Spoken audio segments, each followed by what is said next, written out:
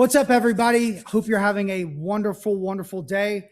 I don't know if you know the guy next to me, but he's awesome. It's Matt Capps. He's going to blow your cap off today with some analysis. We're going to have a really good time. But let's get it kicked off, Cappy. So right now, it's not been a good stretch for the Buccos. We've played kind of subpar baseball in a lot of different areas. It looks like they're kind of fighting, they're grinding. They don't look like the same team, but we got O'Neal Cruz possibly coming back today. It's Tuesday, August 18th. If that's the case, maybe that makes the sales change, the vibe changes. But Cappy, what you got right now on the team? I love your mental side of the game. Talk about what it's like right now in the locker room, in your mind, and what these guys could do to just kind of slow this game down. Remember, hey, you guys get to play Major League Baseball for a living. That's right.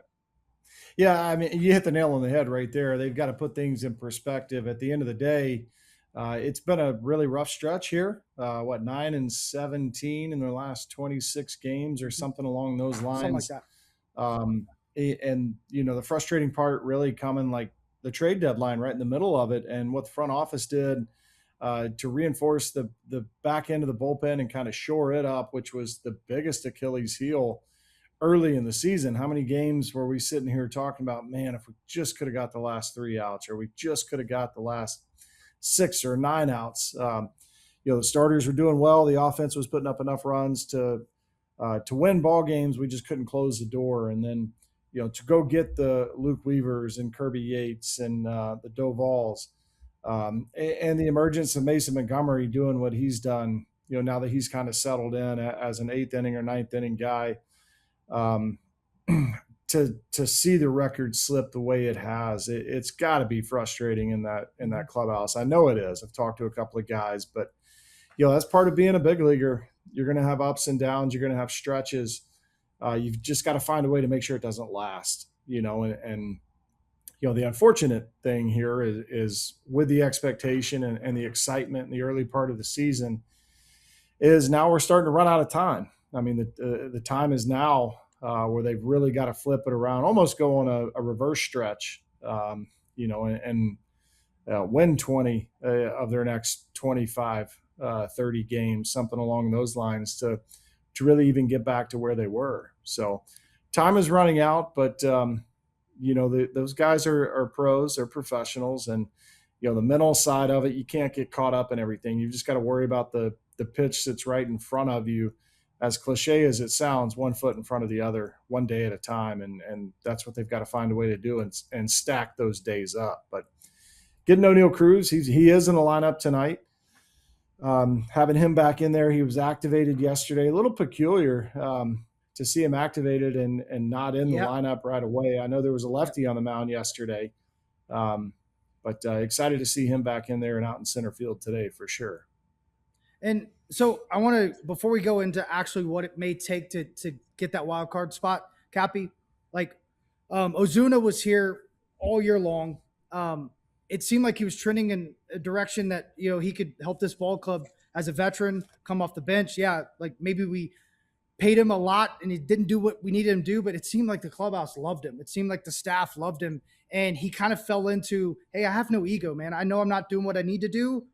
But when he got his at bats, he seemingly got a hit. He walked and he was facing guys, but we didn't use him off the bench almost all year long, especially against lefties, and we struggled. And I feel like that's part of this perfect storm that's happened, right? Mitch Keller gets hurt. Paul Skeens needs a recovery. Our bullpen's been absolutely just bombarded with extra innings. And you kind of look at the matchups too. It hasn't been very favorable to us. And I'm not making excuses. It's a reality. But all of that can create a perfect storm to either make you or break you. And that's kind of where I see it right now. And I wanted to get your thoughts on it, on who, without O'Hearn, without Ozuna, who steps up? Who steps up? And I know Donnie did, and they played some good games, but who steps on a daily basis to say, just watch? Because for me, it would be Paul Skeens. But we're seeing chinks in the armor that we haven't seen. And I feel like he is feeling that, and he doesn't know what to do with it. So he's not the guy. Is it Bubba?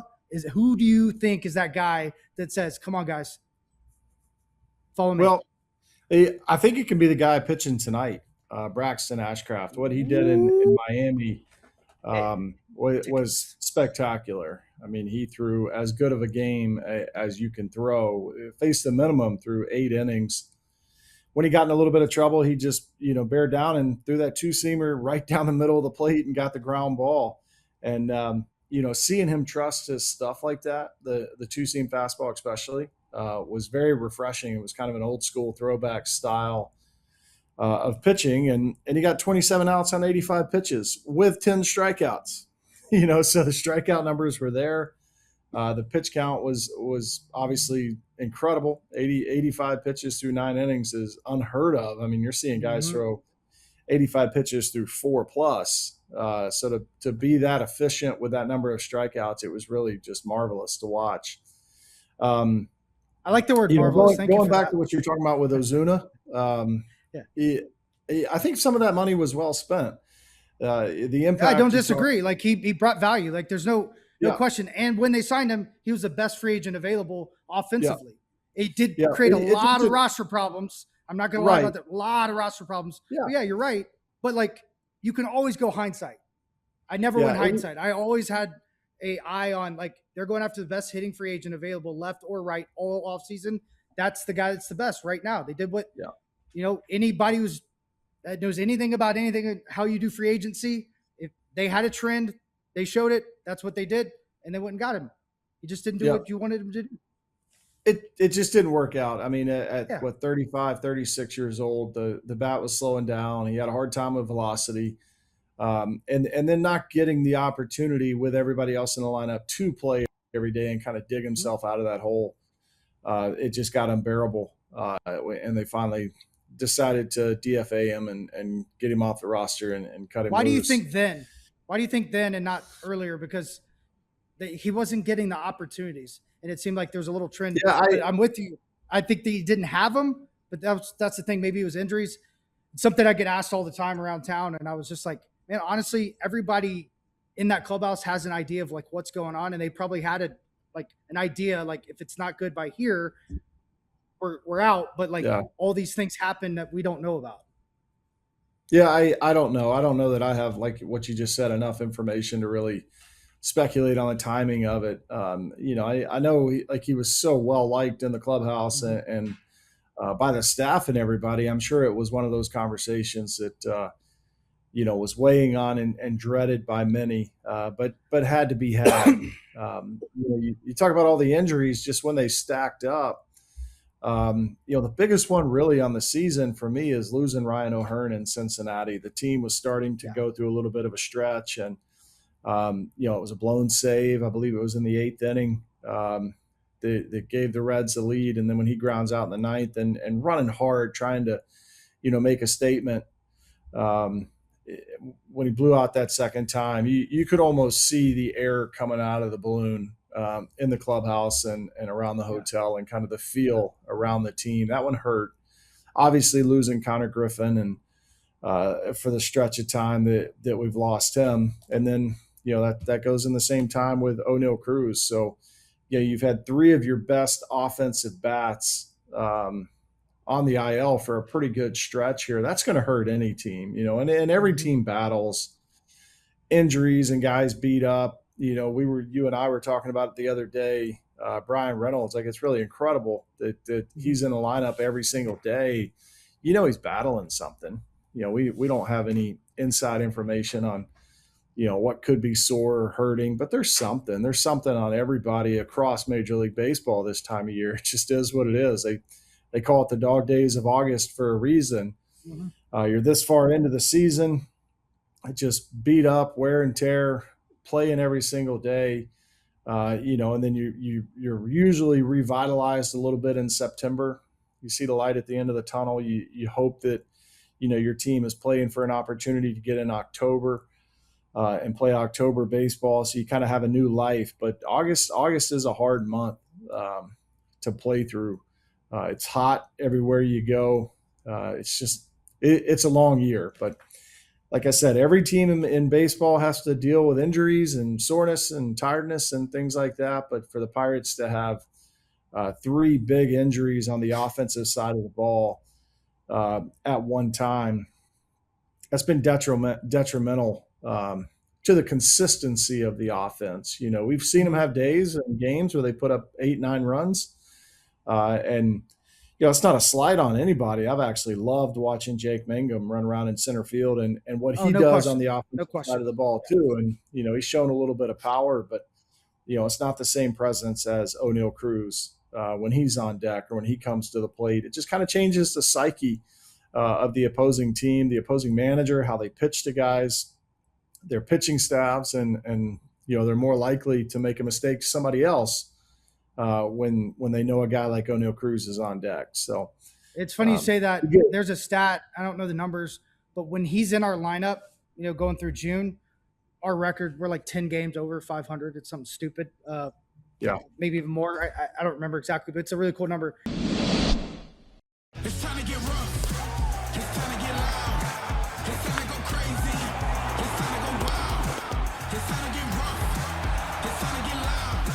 It's time to go crazy. It's time to get wild. Wild card, right? We're looking up at a mountain right now. And I did a little digging, and I'm going to give a little hope at first, and then we'll run through what could be, right? So right now we're sitting, right? You see these numbers, but the biggest thing for me is, right, we have to win series after series after series. But before we get into that, let's give a little hope to the fans at home, okay? So I looked into when have people done this before, right? So the comps, 1995 Seattle Mariners, 13 games back, August 2nd, and 36-20 from August 3rd forward. They called it a rally cry of refuse to lose, and they end up getting deep in the postseason. They were completely out of it. 13 games back. 13 games back. Yeah. 13 games. It's crazy. August 2nd. All So right. let's keep going. I got two more for you. 2011 St. Louis Cardinals, 10.5 games back, August 25th. Cappy, they had to play an extra game. They win and dominated through the playoffs. Obviously, that wasn't their best year. Oh, wait. Yes, it was. They won the World Series. Now, last one, my boys, Colorado, 2007. They rattled off 22 out of 23 to end the season and made it all the way to the World Series before they lost, to Boston Red Sox in 4 games. They got dominated. But, all that to say is, Cappy, baseball is magical. When you start to believe and things go forward, and I truly believe that, this team has that magic. They've not had a run, and this entire season, really, and they've, in their history, had a 17-game run, a 16-game run multiple times. I think it's in the cards if some things could go our way. Now, I'm going to let you talk a little bit about this wild card. What's it going to take? My guesstimate is 86. Makes me uncomfortable, but I'm okay that we could. Some things may have to go our way. 87, 88, I'm pretty sure we're making 100% that wild card spot. And the thing is, you talked about the offense. Our pitching has been, kind of all over the place in the second half. If they start going, we're the scariest team going in October. Yeah, I agree with you. The pieces are there. Sorry, I'm pulling up the standings now. 86 is the number that I had in my head as well. It's perfect. When you look at the National League wild card leaders right now, that third spot is 8 games over 500. Now, that third spot is also the San Diego Padres, who the Pirates play 3 times on their West Coast trip coming up. So if they can go out there and sweep every them, win. Yep. Yeah. So if they can go out there and sweep them, that certainly helps. The Diamondbacks are 1 game out, and they're 66-60. So you got to figure, they're going to be 7 or 8 games over when it's all said and done as well. The Marlins, if everything are right goes on their right, heels. right? Yeah. The Marlins are right on their heels at 3 games back, tied with the Cardinals, both at 64 and 62.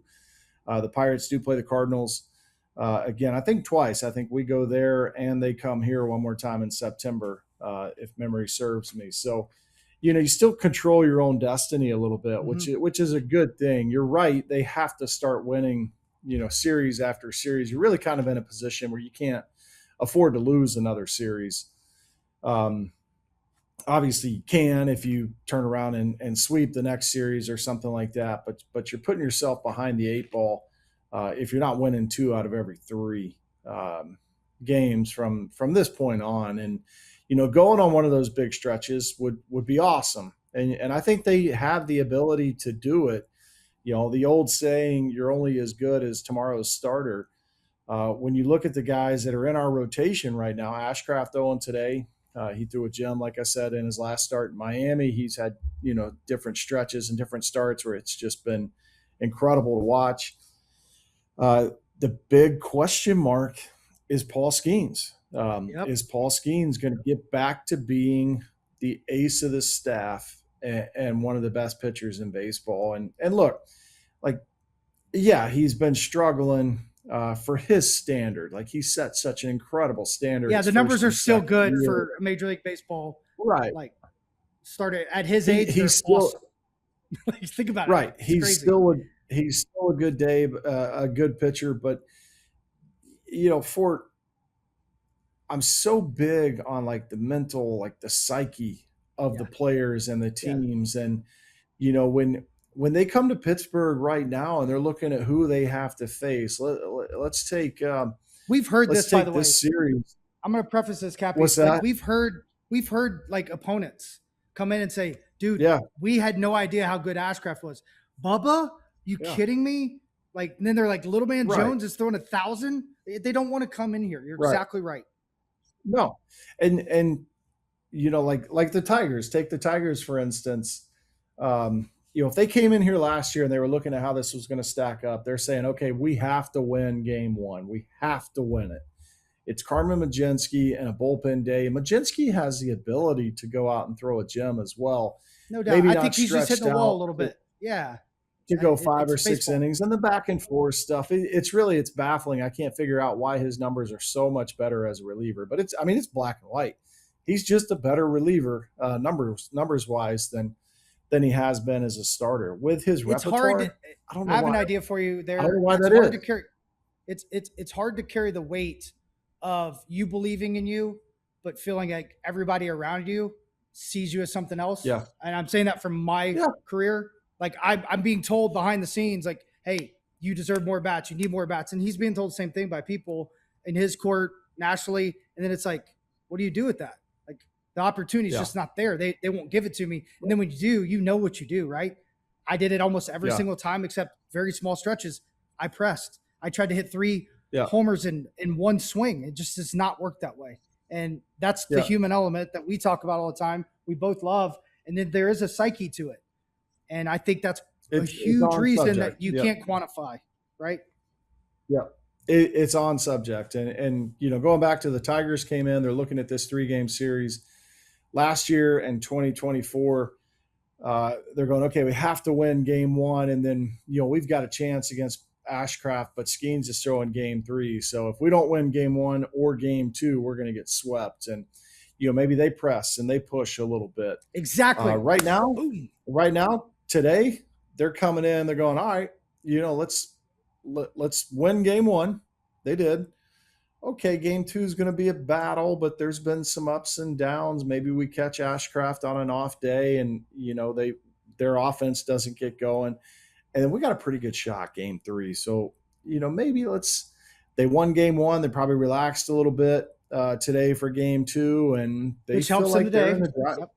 Yeah, exactly. They're in the driver's seat to try to sweep this series. Whereas, in years past, we almost got back into that ball game yesterday.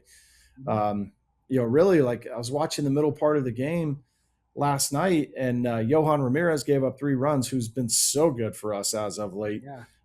But just struggled with his command yesterday. So much. Yeah, he's pitched so much. And when it happened, you just kind of felt bad for him. All right, now he's going to have to work for the rest of the year to get that ERA back down. That ended up being the difference in the ballgame. His 3 runs ended up being the difference in the ballgame, 8-5. And he's literally been one of the best relievers in baseball for almost 2 months. You're right. It's tough. Yeah. And that's the thing is but he's still like Ramirez, as good as he is, he's still Ramirez. He's in uncharted waters.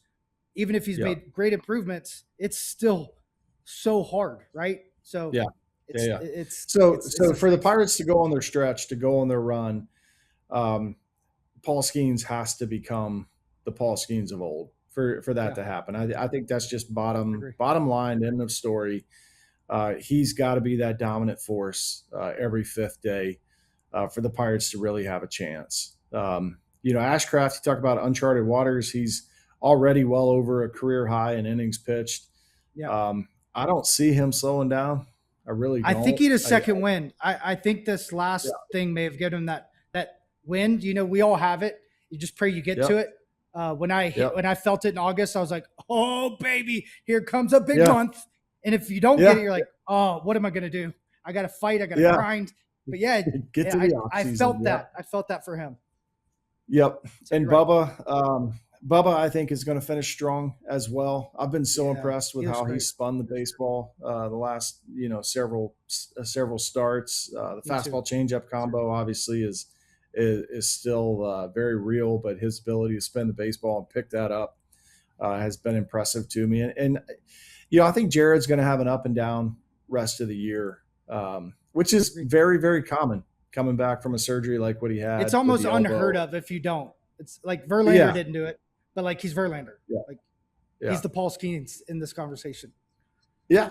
Yep. That's right. So I do think he'll have some ups and downs. He may have, another start or two before the end of the year where, he's perfect through 5 or 6 innings. And it's like, oh my gosh, he's back. And then there's going to be another start or two where, he struggles through 3 and gets into the 4th or something like that. I just expect that. That first year back, and then the 5th start, I think there's options. If Carmen just can't get comfortable starting and figuring that out, I liked what Lake Bacher was able to do the other day in kind of an. I would love that scenario. Yeah, I like that. Like we did last year at the end of the year. Just flip guys in and out. What's the best matchup? Yeah, and maybe that's when if it's a mentality type thing with Carmen, maybe that's the situation. Somebody opens for him, and then he comes in. And if it's Bacher, you open with the hope that he can give you 1 scoreless inning. If he gives you 2, great. Maybe you catch lightning in a bottle and he gives you 3, and then Carmen comes in and mows it down. From the 4th through the rest of the ball game. I wouldn't even mind seeing Evan Sisk.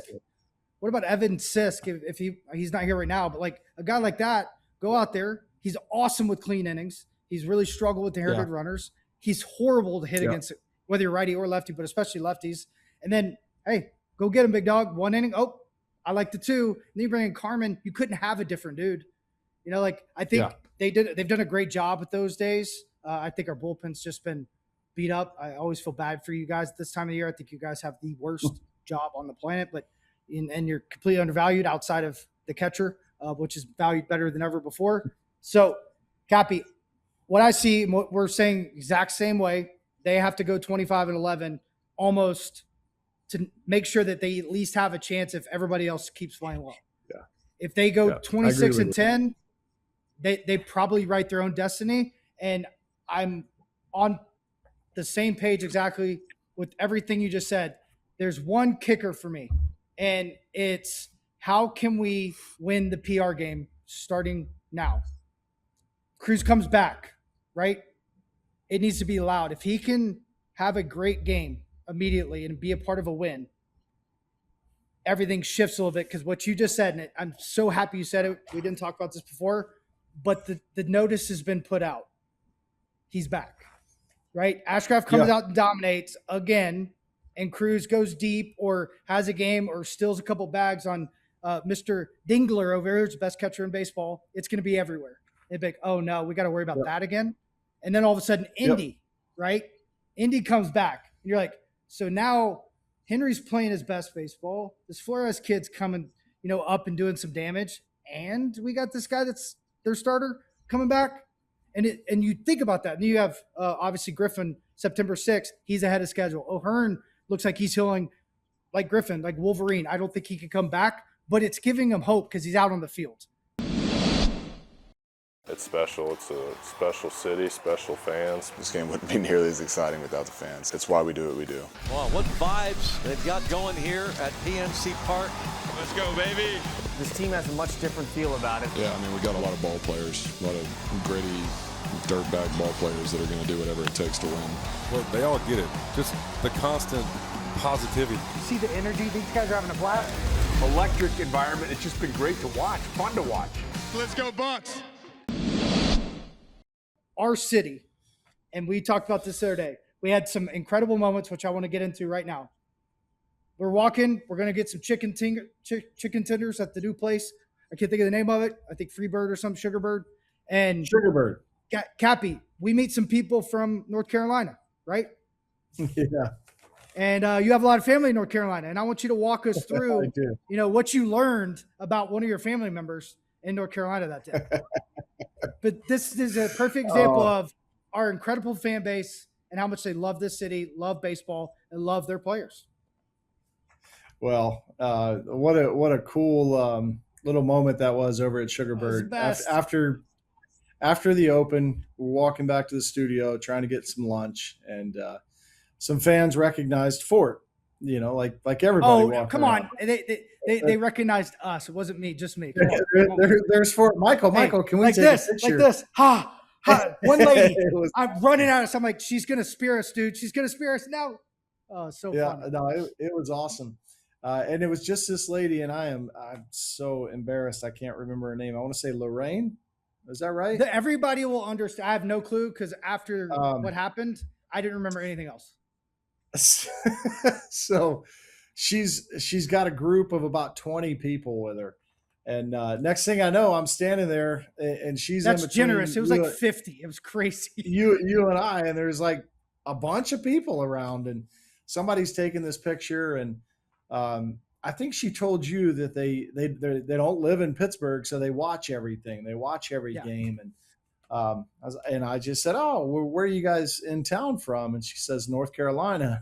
I said, "Oh, well, what part of North Carolina?" I've got some family in North Carolina, and she says Asheville. It's like, "Oh, that's where my family's at." My mom and dad both went to Irwin High School, and not a giant place. People know people in the South. Yeah, out on the east side of town, and she goes, "Oh, that's great." And I forget how it came about. You guys are going back and forth of like. I think it was like my last name, and she goes, I asked her. I said, "Do you know any Capps or Dykuses?" Yeah, that's it. In Asheville, and she goes, "Yeah, we used to live down the street from a Roger Capps. We'd go swim at his house." And I'm like, my mind's going, and I was like, the high school, middle school principal teacher, and she goes, "Yeah, we used to swim at his house." I vaguely remember his pool. So he closed the pool up when my cousin Greg was probably in high school, and he built a garage on top of it. Vague memories of the pool, but I remember the garage and like the other additions to the house that he built and everything. And she goes, his son used to pitch in Major League Baseball. Actually, it was his nephew. And I was like, yeah, that was me. That was and me. She goes, yeah. Oh, and it just gets better. Did you know he died? What? I wish I was witty enough to react and be like, "Oh my You're in God. shock, dude." Huh? I just said, my Uncle Roger was one of my favorite uncles. Miss him dearly, but my Aunt Janice is doing great. It was a perfect moment, and I don't remember anything because I turned and watched. Like I was talking to the other group of people. I'm like, I heard it, and I'm like, what is he gonna do? And you like froze, and then you're like, yeah, that's my uncle. Well, I mean, she didn't know if Yeah, exactly. But it was priceless and whatnot. But I mean, I used to spend a lot of my childhood in the summers. I would go and I would stay weeks with my Uncle Roger, and he'd take us camping, and we'd go, fishing. We'd go out to Cherokee, North Carolina, and we'd fish the rivers. And I mean, a lot of my core childhood memories involve my Uncle Roger and my cousin Greg, awesome. And being outdoors in Western North Carolina. And then when my father died, my Uncle Roger basically took over. So when he retired from being an educator. He got into doing some real estate stuff, and then he got into the funeral home business. I don't know how he got into that, but he was the guy that would drive his personal car and pick up bodies and transport them, or he would drive the hearse. It's a crazy job, but those people are special. Yeah, no doubt. He told me stories about, like sometimes the nerves in the body are still active and whatnot. And he said it was about 3:00 in the morning, and he got a call to go pick up a body, and it was in a bag. And he's driving to the morgue and the funeral home, and the body just sits straight up in the back of his. He drove a Chevy Tahoe and had all the seats out of the back of it, and he said it about scared him to death. Cappy, that's Can insane. you imagine we have that? to tell. No. But I kind of want to play a trick on somebody now. But we got to tell Bacher. Yeah. We got to tell the ghost hunter. We have to tell the ghost hunter. Oh, he'd love that. He'd love that story. So that was a wild day, but it shows. Right after that, we actually ran into somebody. He ran up to us and he was like, "Dude, my dad loved you. You're our favorite catcher ever. Blah blah. What's your name?" Yeah. But it's because he was so excited, right? And like you love it, and that's how this. Nowhere else would someone run up to you and forget your name. And that's the coolest part about this place. Same Right? thing, same day. There's Like grandparents. literally like 2 minutes later. Granddaughter. Yeah. Oh, that's right. Grandparents Yeah, are this taking the happened next. granddaughter to a game, and somebody, I don't know if they sold the guy bad tickets or they stole them from his digital wallet or what happened, but they wouldn't scan in. And the grandmother was so sweet and so kind. She came over and asked Michael, said, my husband loves watching you and loved to watch you play. He's so frustrated right now. We're trying to bring our granddaughter to a game and the tickets aren't working, whatnot. But you just say hello to try and brighten his day before he loses it. Not only did the Fort say hello and give him some attention, and the granddaughter, we walked over to the ticket window and helped him out with getting in too. So you did your good that day as well. We all did. And we learned things, right? We learned things. You lost a family member and I don't have a name. So we learned things. Yeah, Uncle Roger. Uncle Roger. Rest in peace. Sounds like a stud muffin. Yeah. But that's awesome. why this place is unique, man. And that's why we're here. That's why we came back. We love it. And I really believe that once the city starts getting momentum, it doesn't stop. And it's a tidal wave of what Pittsburgh is. And that's the best sports city on the planet, right? It's the best sports city on the planet. So I'm really excited to see what happens. It is their narrative to create, and they can create their own destiny. Like you said, we'll see what happens. You know what I mean? We'll see what happens. Well, it's an uphill battle, but it's certainly doable. It's certainly doable. And then they got to play really well, and they got to get some help from other teams. But at the end of the day, I still think it's early enough to where we control our own destiny. We talk about, going 25-11 in our next 36 games. There's nothing that says we can't go 30-6 and just take it out of everybody else's hands. You go 30-6. I think it's a shoe-in that you got one of those wild card spots. I knew you were good at math. I did. I was doing it in my head. I'm thinking, I think I'm right on this. Yeah. Kinger the other day in his open. Remember when he was doing the math the other day, and we were like, "What is he saying? So much." But incredible opens every single time. He really spends time on it. It's amazing. All right, so Cappy, this is something I haven't got a chance to ask you enough. Watching Mason Montgomery, he's going to be a big equation. The bullpen in general, right? I want to get to two more big hitters, and they're both revolving around pitching, and especially this guy. But Montgomery, what he's done, man. Last year, we're in Tampa Bay losing by 58 runs or something. It was a tough day because we had to watch a young guy go out, have a bad debut. And this guy comes in, and Kinger looks at me and he goes, "Is this what it's like now? 100-mile-an-hour mop-up guy?" And I remember we traded for him, and I texted him. I was like, hey, you want a 100-mile-an-hour mop-up guy that we're going to possibly have as a closer in the future? And the stuff was real. The stuff was there. And, like, I did really mean that. But the dude's a closer. And he did it really fast. He's got a new pitch and a sinker, and nobody's going to hit him. And he almost looks like Chapman, but earlier, because Chapman became this version of Chapman when he learned his seeker and he learned how to throw a split. This guy has that profile. He could do that. I mean, in your lifetime, who are some of the guys that you poured into that you're like, this guy has all this talent? And I want you to tell both stories, the bad and the good, because this doesn't happen all the time. It happens way less than people think, and it's hard. Yeah, it really is. Closing, you've got to trust your stuff more than anything. And that's what Montgomery has really started to do well, the last couple of months as a Pirate. Yeah, when he's given up four hits in like almost 2 months now? It's crazy. Yeah. It's crazy. Yeah, I mean, he's been lights out. Even watching him pitch in spring training and talking about him in spring training, the only question mark was, is he going to be in the strike zone enough? And you see right there in 37 games, 16 walks, even afterwards, in 13 games, I would say 5 is too much. 5 is too many walks in 12 and a third innings of work. But as he gets better with that, just filling up the strike zone, and he seems to really understand how difficult it is to hit him.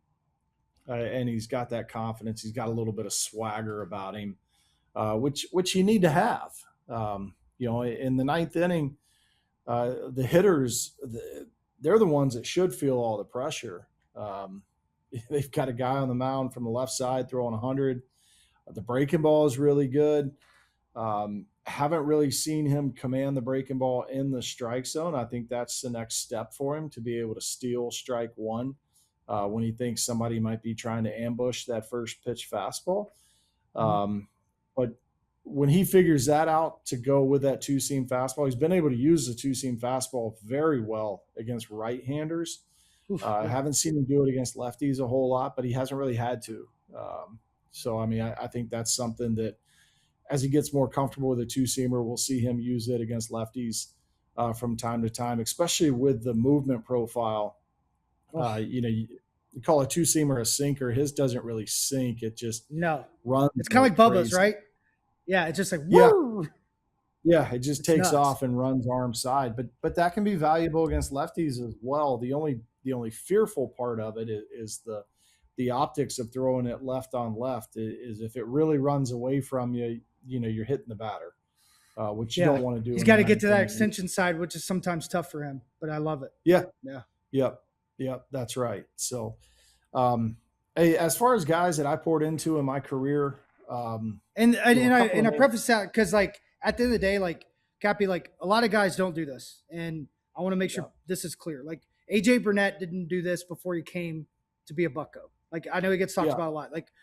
Like there's a lot of dudes that don't do this. Cappy, you're one of those dudes that, hey, you hit your pinnacle, and then when it was shifting, you self-evaluated and you started pouring. And very few guys can still succeed and do that. Like, I always tried to do that. I was a different type of player. But when you close the game, you're in a one-on-one, right? There's only one closer on every team, right? You're not a bullpen guy for at least a year or two. So if you do that for more than a year or two in the big leagues, you're in a cool category. And a lot of those dudes, you have to be weird. You have to be different. You're not weird. You're not different. You're Cappy. But you own yourself. But pouring back into people is what you do now with kids. And it's cool to think about you as that same dude as you saw those guys and you poured into them. I want to preface that for the fans, because don't assume that all these guys that you love and stuff do this, because it's not very normal. Yeah. I always viewed a teammate as the better they were, the better we were. Yep. I never really looked at, when I was named the closer as, a competition or losing that job. I always felt like as long as I did my job, I was going to stay where I wanted to be. And I had a very real understanding of this is Major League Baseball. If I don't do my job, it's their job to replace me, talking about the manager and the pitching coach and Yes. the GM. So A lot of people forget that. Control the controllables. Nothing is guaranteed. Nothing is owed to me. Who am I? I'm Matt Capps from Douglasville, Georgia. I've got to earn this. And I felt like every day I tried to work towards earning what I was given. And I remember when we traded for Joel Hanrahan from Washington, and I remember sitting with Hammer in the bar in Milwaukee after we flew into Milwaukee, up there, that Club Blue or Blue 360, whatever it's called, at the top of the hotel where you can kind of see everything over the city. And we were just chatting, and I remember talking to him and saying, you're the closer of the future for the Pittsburgh Pirates. I can see that. I know what the business side of the game. I know what kind of money I'm going to demand in arbitration and free agency. And do I want to leave Pittsburgh? Absolutely not. But there's a business side to this for the players and the owners and the team. And I understood that. And I remember him telling me, like, that's not what I want. He goes, I want you to be the closer and I want to set up for you. It's like, well, listen, that'd be great.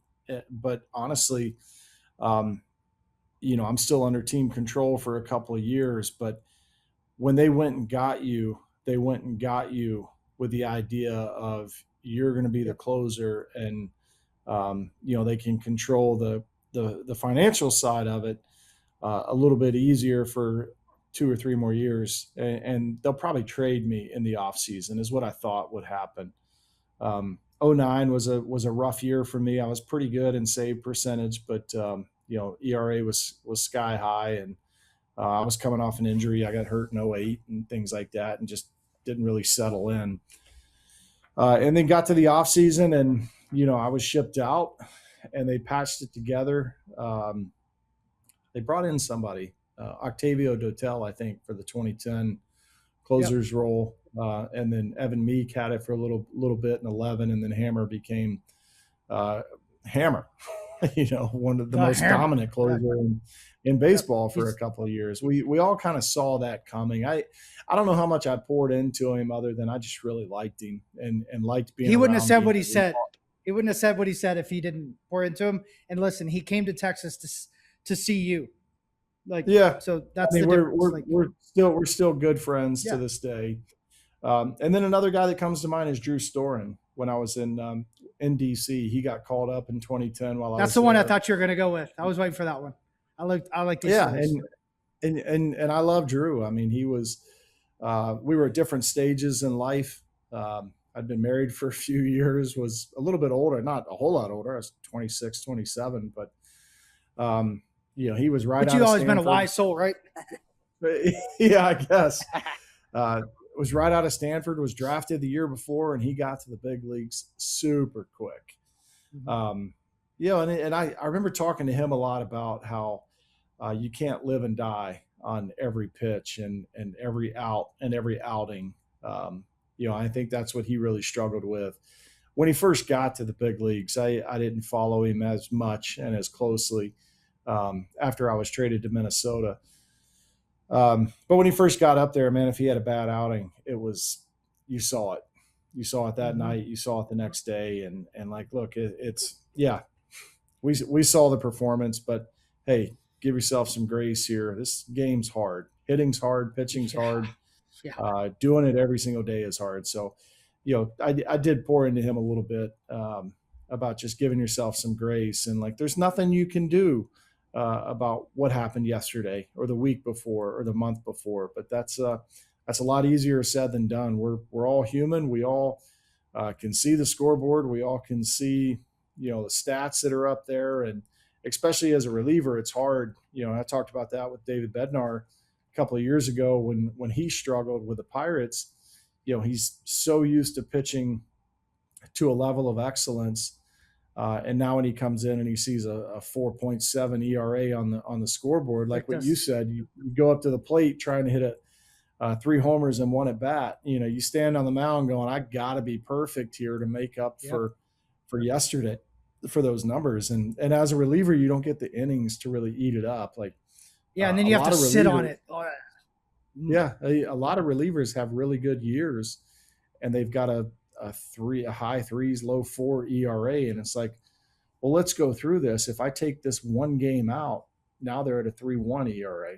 I take these. And I'm so glad you said that. Yep. So I say that about backup guys and guys that hit off the bench. Like you live and die by your honest the bats you get offensively, right? Yep. Like if I have to randomly, and I'll never forget this, I ran 9 games in a row where I ended up facing the ace in 2012. Yeah. And I'm like, what am I saying? Like I'm beating myself to shreds, but I hit 4 homers. I'm hitting 180, and somebody comes up to me and is like, hey man, you're not supposed to do what you're doing against those guys. So calm down, chill out, and just go play, wait for a moment, because eventually it's going to shift. And it did. And I got to face a bunch of dudes that were like 3 to 5s, and I raked for like 2 weeks, and it was awesome. Yep. But you don't have that perspective without someone who coming to me, which was Clint Barmas, and you having people go to you. You know what I mean? Or you go to people and people come to you, because it matters. It all matters. Yeah. Well, and I had the luxury of some really good veterans when I first got to the big leagues. Of course. Jose Mesa, Roberto Hernandez, Rick White, those 3 guys in particular. John Grabo was more of a peer. He was a younger player, but he had some experience and was a couple of years older than me. Grabo was phenomenal to me throughout my career. Even after, we went to separate teams, we've stayed in touch over the years. But, Roberto Hernandez, my first full year, was here with us. I mean, here's a guy with 300 something saves. Same thing with Mesa. They had been there. They had done what I aspired to do, and they were both great to me. Rick White, same thing. A veteran of, I don't know how many seasons he pitched, 20 maybe. That just treated me great, took me under their wings, and kind of showed me the ropes. So I had some good guys that helped me, and I hope the guys that I was teammates with when they were younger will say the same thing about their time with me in a bullpen. So thank you for sharing all that. We're going to do one last thing. It's going to be really quick, but Tommy John just passed away, and we found out, I thought he was a Hall of Famer. I believe you thought he was a Hall of Famer. The numbers are insane. 124 wins before surgery, got a 1% chance from the doctor that was doing the surgery. He was like, well, it's better than 0. And then came back after surgery, pitched till it was like 108, but 164 wins. And I bring him up because the impact he's had on this game. There's a guy that we're playing against right now on the other side. It's his last season. It's Justin Verlander. He's from our time, our era, right? And I'm going to rattle off these numbers, and then you're going to close us out. His career resume, as of right now, he still could pitch.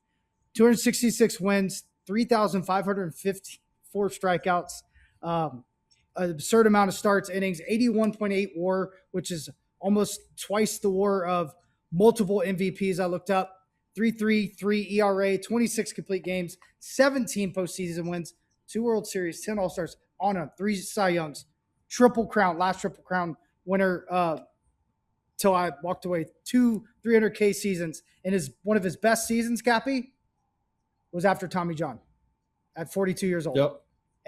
And I bring all that up because that's why this game's romantic. And I'm watching an era go away because that guy made it till 40 years old and almost 20 years. Actually did. He was 40 years old and 20 years in the major leagues, going 200 innings plus every year, and he didn't get hurt until he flipped the velocity. He flipped everything, the usage, and the game started pushing back on him. If it never pushed back, I don't know if he gets hurt. But like Cappy, that's the craziness of, one, Tommy John not being in the Hall of Fame, and his numbers aren't that far off. And then number 2, that Tommy John helped him get in the Hall of Fame first ballot whenever that time comes. And we're watching an era die and walk away, and it stinks.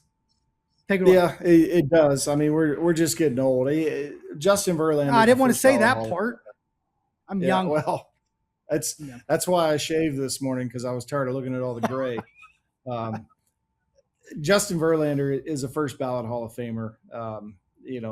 Maybe the second unanimous pick. I agree. There's no way. He's not just a shoo-in. One, the longevity, the dominance that he had. I mean, coming back from Tommy John at his age and doing what he did is just incredible. We were talking earlier about Jared Jones coming back from an elbow surgery and kind of some ups and downs and things like that. But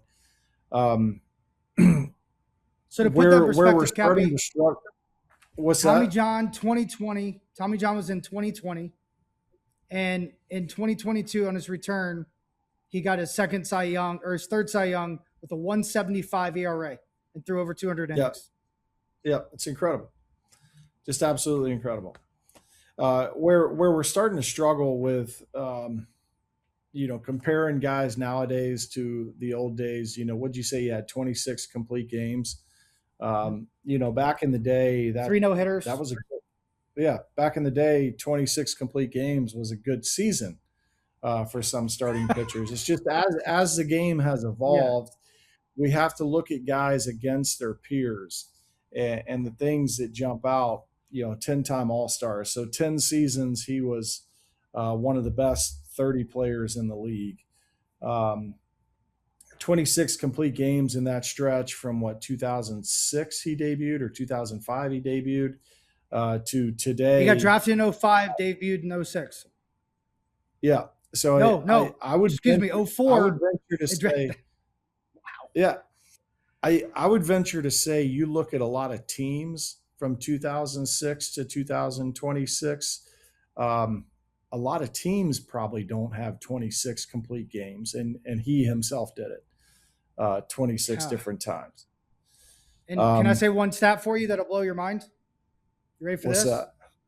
Tommy John had 162 complete games. Yeah. I assumed Tommy John was a Hall of Famer. I did. We both did. I didn't even think it was a thought. I was like, he's probably got his own room, because half the Hall of Fame now that goes in, he's affected. It's nuts. So get him in. Yeah. Pioneered the surgery, but he was a phenomenal player. Yeah. You just look at his numbers and again, the longevity. And my favorite part is he pitched 2 years longer after the UCL reconstruction. Yeah, he was better. It's crazy. And even now, 50 something years after,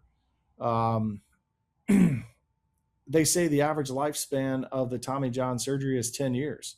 Well, he exceeded that by 4 years, being the original guy the first guy to ever have the surgery. So it's just incredible what he was able to do. And I think he'll get in. I do. I think the Veterans Committee will get him in, and hopefully it happens now. Hopefully he's in the next class and goes in that thing and is enshrined where he deserves to be. It's just a shame that he didn't live long enough to see it. Yeah, his legacy is going to live on forever. Yeah, his family should be able to enjoy it. And I got to meet him. I met him in an elevator. Yeah, he told me that. It's cool. In Staten Island. I believe it was his son sang the national anthem before one of our games when I was playing in short season in Williamsport. And he was staying at the same hotel we were staying in, got to meet him. It was super nice, very, very generous with his time, talked to us, and was a nice gentleman. So I hope for him and his family that it happens. I love it. Cappy, thank you so much. We have a BP show to get to, because we just love to work. We just never stop. It's what we do. Let's go sweat. Oh, we're gonna sweat, and we're gonna sweat a lot. Yeah, we should get an ice cream for that or something. I think, right? I'm in. That's what we deserve. Get a cone. Yeah.